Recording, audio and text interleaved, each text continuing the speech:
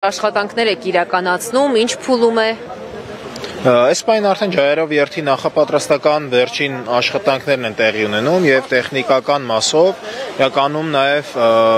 այլ հատվածում ջահակիրների շարքերն են կարգի բերվում, ջահերի բաշխումը եւ արդյունքում այսպես ասած պատրաստում է ջահակիրների հատվածի, որ այսպես երթի հիմնական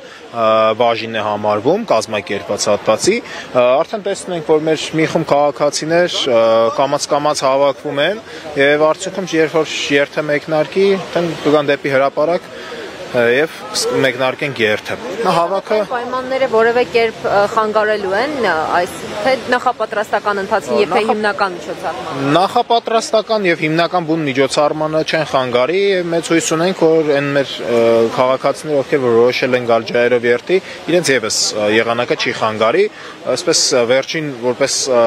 առաջարկ կարող եմ անել ուղղակի պատրաստված գալ երթին անձրևային թիկնոցներով կամ համապատասխան հագուստով եւ այսպես ասած եղանակով չպայմանավորել մեր այսօրվա կարևոր իրադարձությունը։ Նշեցիք, որ այլ հատվածում ջահակիրներին են նախապատրաստում հանրապետության հրապարակ բերելու համար, որ հատվածում է կարող եք մի փոքրինչ իրենց աշխատանքից եւս ներկայացնել, քանի որ դուք քիչ առաջ այստեղ միացաք մյուսներին։ Քանի որ բազմաթիվ դիմնագրեր կան, որոնք որ ցանկացել մարդիկ, ովքեր ցանկացել են լինել ջահակիրներ, պարզ քաղաքացիներ, այսպես ասած կամավորական հիմունքներով, ոչ մեր երիտասարդական կառույցի անդամներ, իրենք նաև Գարեգին Նժդեի արձանի հարակից հատվածում ավանդաբար արդեն քանի տարի այնտեղ են հավաքում, շարքերը դասավորում են, առավել կազմակերպված եւ ինչ չէ նաև գեղեցիկ ջահակիրների շարքեր ունենալու համար։ Ճանապարհին են։ Նրանք հավաքվել են արդեն, այսպես ասած, շարքերը նախապատրաստվում են եւ արդեն երթի մեկնարկին մոտ մուտքը գործեն դեպի հրապարակ եւ դրանով նաև, այսպես ասած, կմեկնարկի ջահերով երթը։ Մեծ է զրույցում նշվել էր, որ 1500 ջահակիր կա, թիվը պահպանվել է։ Այդպես ճիշտ ասած հաշվարկ հիմա չեմ կարող անել, առնվազն գրանցվածներ կամ կազմակերպված երիտասարդական այլ կազմակերպություններ, դաշնակցության երիտասարդական միությունները ընդհանուր առմամբ մոտավորապես թիվը այո շուտ 1500 ջահակիրների։ Հիմա եթե եղանակով պայմանավորված ինչ որ ջահակիրներ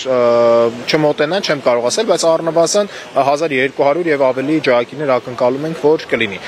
Այս առումով կուզեմ նաև նշել, որ աննախադեպ է, որտեղ նախընթաց տարիներին ունեցել ենք շուրջ 1000 ջահակիրներ, բայց որ 1500-ի չափ, այսպես ասած, կազմակերպված եւ հաշվարկված արդեն ջահակիրների թիվ ունենանք առաջին տարին է։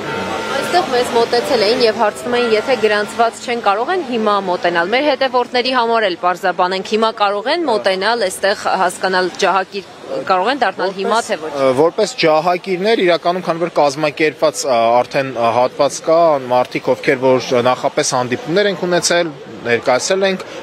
կարգադրություններ ենք որոշակի տվել, առավել նախընտրելի է որ կազմակերպված հատվածը լինի ջահակիրներ մի քանի նկատառումներով եւ անվտանգային եւ կազմակերպչական, բայց ցանկացած մարդ որ մոտենա, այստեղ արդեն հազարավոր նաեւ կանթեղներ են բաժանվելու եւ այդ կանթեղներից կարող են իհարկե վերցնել եւ այսպես ասած իրենց լույսը տանել դեպի ծիծեռնակաբեր կանթեղների տեսքով։ Որպես երիտասարդ, որ մասնակցում եք ջահերով երթին, ինչ հոգեվիճակով եք նախ մասնակցում եւ ձեր նպատակը այս ակցիան կազմակերպելու որն է։ Իրականում արդեն երկար տարիներ, այսօր եմ մտաբերում, որ եթե չեմ սխալվում 2005 կամ 2006 թվականից սկսած ամեն տարի մասնակցում եմ ջահերով երթին,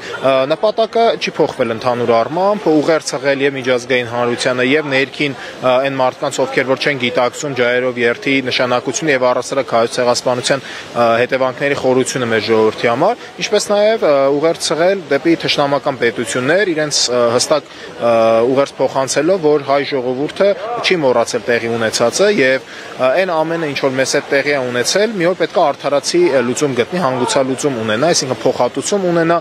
ճանաչվի եւ այս ամբողջ գործընթացը պետք է տեղի ունենա։ Հակառակ պարագայում մեր պայքարը մեր իրավունքների վերատիրացման համար շարունակվելու է մինչեւ ամբողջական հատուցում։ Շնորհակալություն։ Ձեզ նույնպես։